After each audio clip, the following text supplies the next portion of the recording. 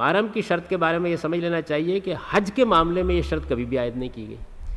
یہ تو اصل میں نبی صلی اللہ علیہ وسلم نے اس زمانے کے تمدنی حالات میں لوگوں کو یہ کہا تھا کہ کوئی عورت محرم کے بغیر اکیلے سفر نہ کرے.